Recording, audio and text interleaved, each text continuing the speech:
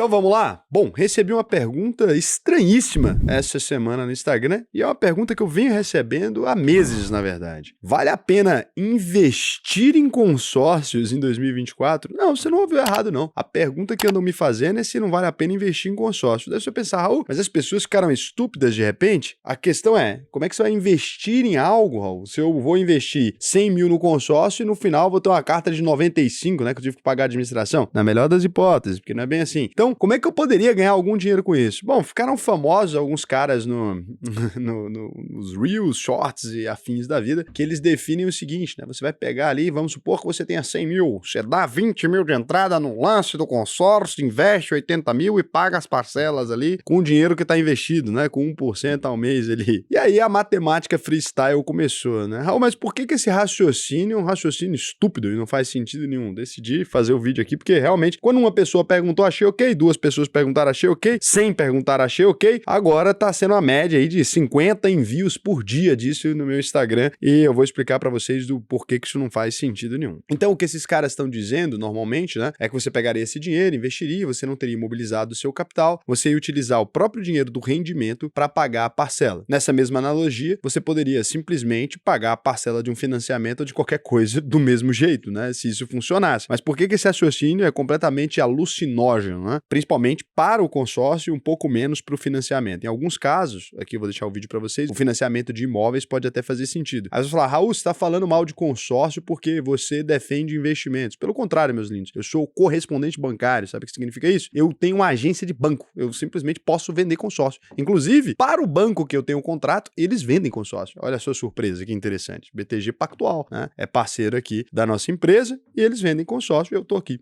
falando mal de consórcio. Eu poderia ganhar bastante dinheiro se eu falasse bem. Se eu falasse bem uma única vez só e colocasse um link aqui, eu acho que eu conseguiria ganhar pelo menos uns 30 milhões de reais. Olha que maravilha, né? Então, tô aqui falando do lado de quem tem esse produto, inclusive, em catálogo. Mas vamos compreender para vocês o porquê que esse raciocínio não faz nenhum sentido. Primeira coisa é, quando você pega esse dinheiro, eles falam, você coloca no investimento da Tesouro Selic ou num CDB, eles falam vários investimentos básicos porque eles não têm noção nenhuma de investimento, você aloca esse dinheiro lá e você vai ter uma rentabilidade aí de 1% ao mês. É verdade que existem investimentos que pagam 1% ao mês no Brasil, Cazé?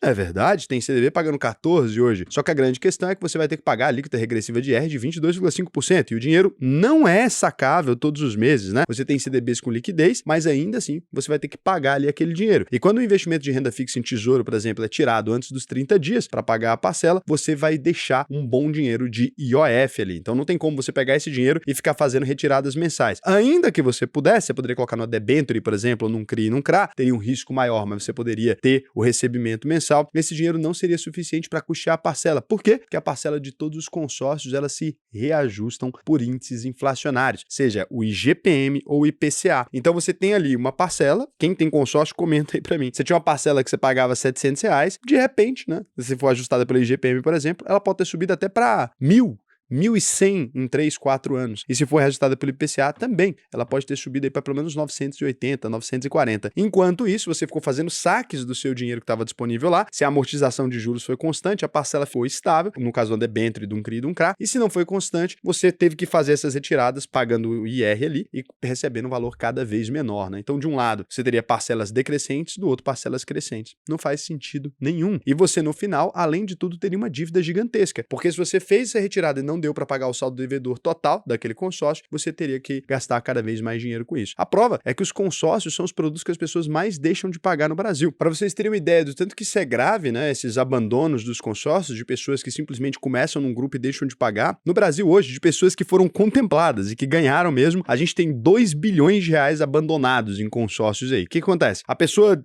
comprou 5, 6, 7, 8 cartas, ela começou a pagar, ela não deu conta de pagar as parcelas, porque as parcelas vão aumentando, uma delas pode ter sido contemplada ou não, ela acaba nem percebendo, tá? A parcela ali é contemplada, mas a pessoa tá tão traumatizada com ter deixado de pagar as parcelas ali, ter recebido cobrança, etc. E daí as empresas de consórcio falam que você só vai receber no final do grupo, etc. Que as pessoas abandonam os consórcios no Brasil aí. Isso aqui se refere a um prazo de meses, a gente não tá falando do histórico de consórcios, né? E aí você pode pensar, tá bom, mas se eu tenho um objetivo específico aqui para comprar, por exemplo, eu tenho um consórcio para adquirir um carro de 60 mil reais, um pouco esses consórcios mais populares que agora estão em alta, né? Você teria um prazo de consórcio aí de 60 meses. E aí você pode ser um dos sorteados no primeiro mês, né? Eu posso ser sorteado aqui nos primeiros meses ou lá para os últimos. Você pode ter que esperar até 5 anos para adquirir um bem e você vai ter que ir reajustando esse preço da parcela e ainda que você seja contemplado, você vai ter que ir pagando por um bem que você já está usufruindo. O bem está diminuindo de valor e você está pagando cada vez mais ali. E você pode simplesmente não conseguir o bem, porque os caras te prometem tudo quanto é coisa. Não, esse grupo com em média tantos reais contempla, ou que isso aqui vai contemplar. Agora tem até a contemplação garantida quando você paga tipo 40, 50% do bem, que daí até no financiamento sua parcela pelo menos ficaria estável, né? Então não faz sentido nenhum para aquisição de bens. Se você tem um prazo certo para adquirir, pode acabar se tornando um prazo incerto. E se você tem que dar essa antecipação tão grande assim, né, de 50, 60% para você poder adquirir o bem, muitas vezes o juro que ia incidir sobre ele é muito menor, porque você vai lá e fala: "Ah, mas não tem juro no consórcio". Pergunta sobre a taxa de administração, se ela incide sobre as primeiras parcelas ou sobre as últimas parcelas, e também faz o seguinte questionamento: tem algum ajuste do valor da parcela? E eles vão falar: sim, mas o valor do prêmio também é reajustado. Ah, mas nesse caso, se eu já contemplei, o prêmio vai ser reajustado? No final vocês vão me devolver o valor que eu paguei de IPCA, de inflação ou de IGPM? Não.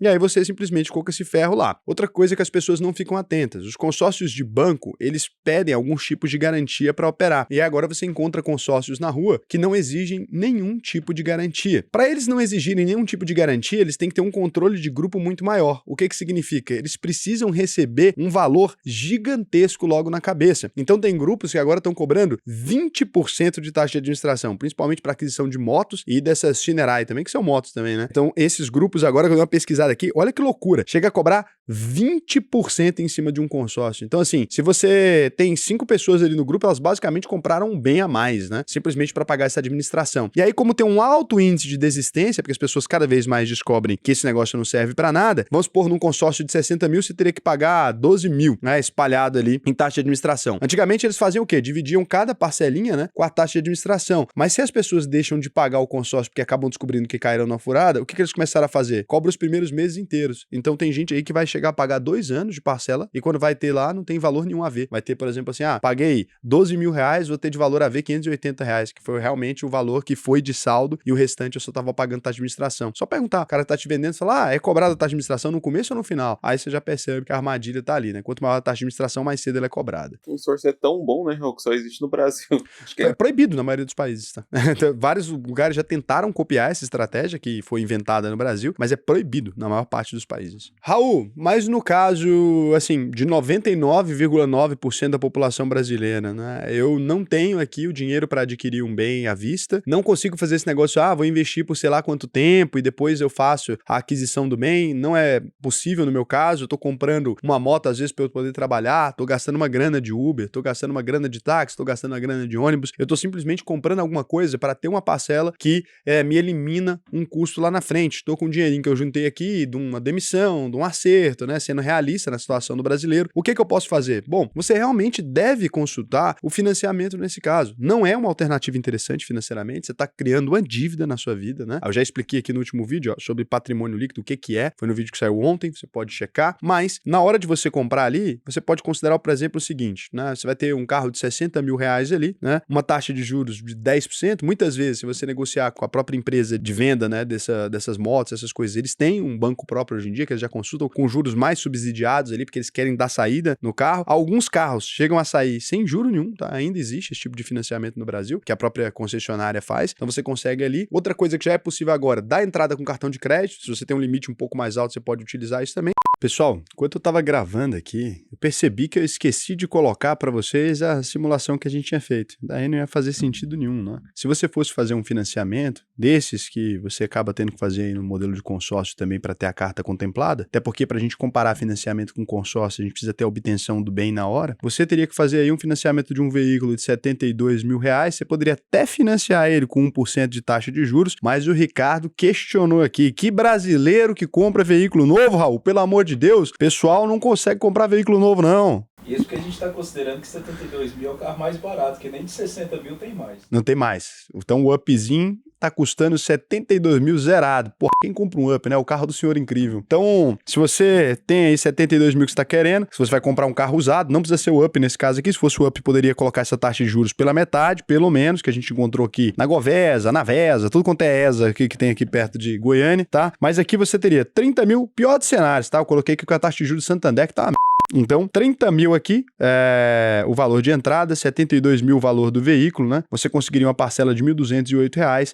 No total, você ia acabar pagando aí R$ 30.495 de juros a R$ 102.495. Você pensa, Raul, ficou mais caro que o consórcio. E aqui você tem certeza que você vai pagar realmente 1.208, independente de crise, da inflação descontrolar por alguma razão, tá bom? Então, considera aqui essa a simulação mais fidedigna. Pode considerar, se for comprar um carrinho novo, pode considerar uma taxa de juros aí de 1%. Aí, pô, caía pela metade aqui os juros, né? É até menos da metade porque é juro composto. Pessoal, na verdade, não é o Up. O Up é mais caro, é o Fiat Mobi.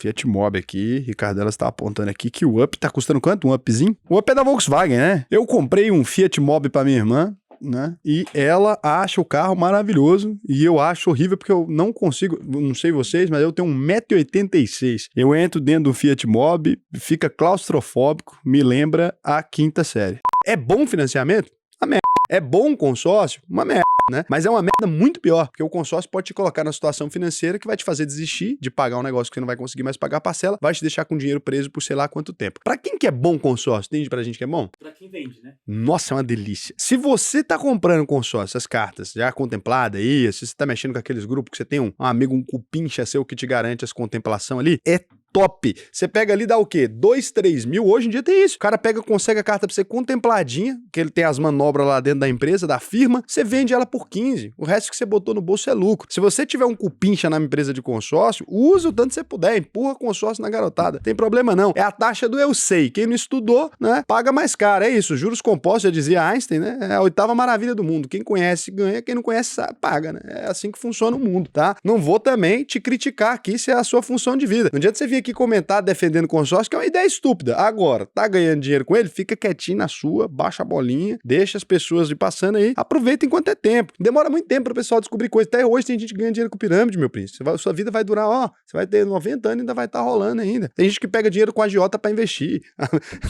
Uma piramidezinha no começo aí. Piramidezinha no começo. O pessoal tá sempre assim. Então, se você tem aí essa habilidade, né, e tá feliz, dorme tranquilo, vai lá, né? Eu não entro nesse tipo de coisa que eu acho que é canalice. Poderia aqui, inclusive, vender legalizado, hein? Poderia ter uma das maiores empresas de consórcio do Brasil, se eu quisesse. Mas não, eu escolho ensinar vocês a fazer as coisas direito. Agora, quer aprender a investir? Parar de cair em golpe financeiro? Deixar de ser bobo, né? Porque eu sei que muita gente caiu nesse tipo de golpe. E é falta de informação. Eu posso te ajudar. Acesse aí alvp.com.br, clica aqui em Faça sua análise de perfil, preencha até o final. Você vai ganhar, né? Aqui, na hora, tá? Preencheu até o final direitinho. Você vai ganhar o quê? Acesso à maior escola de investimentos do país. Se você concluir a UVP até o final e não ficar satisfeito, eu devolvo 100% do seu dinheiro. Então, não aprendeu a investir, eu devolvo 100% do seu dinheiro. Pergunta o pessoal do consórcio, se você não ficar satisfeito, eles devolvem 100% do seu dinheiro depois do final. E como é que você sabe que isso é verdade? Pesquisa aqui, ó. Reclame aqui a única verdade possível. E aí, eu vou te dar uma recomendação aqui. Você viu que aqui a gente não tem nenhuma reclamação, né? Pesquisa o nome da sua empresa de consórcio. Pesquisa aqui, ó. Consórcios, olha só. Simpala Consórcios. Vamos dar uma olhada? Vamos ver o quanto que o povo tá feliz que adquire esse produto? Reputação, ruim. Cancelamento e estorno. Fui enganada. Me falaram que ganhei uma carta de crédito. No fim era consórcio. Não consigo cancelar o consórcio. Falcatrua e enganação.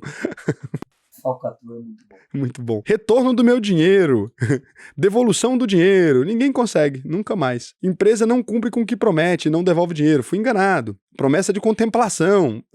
Essa é daí que o povo fala, não, você vai contemplar na hora, só você dá a entrada.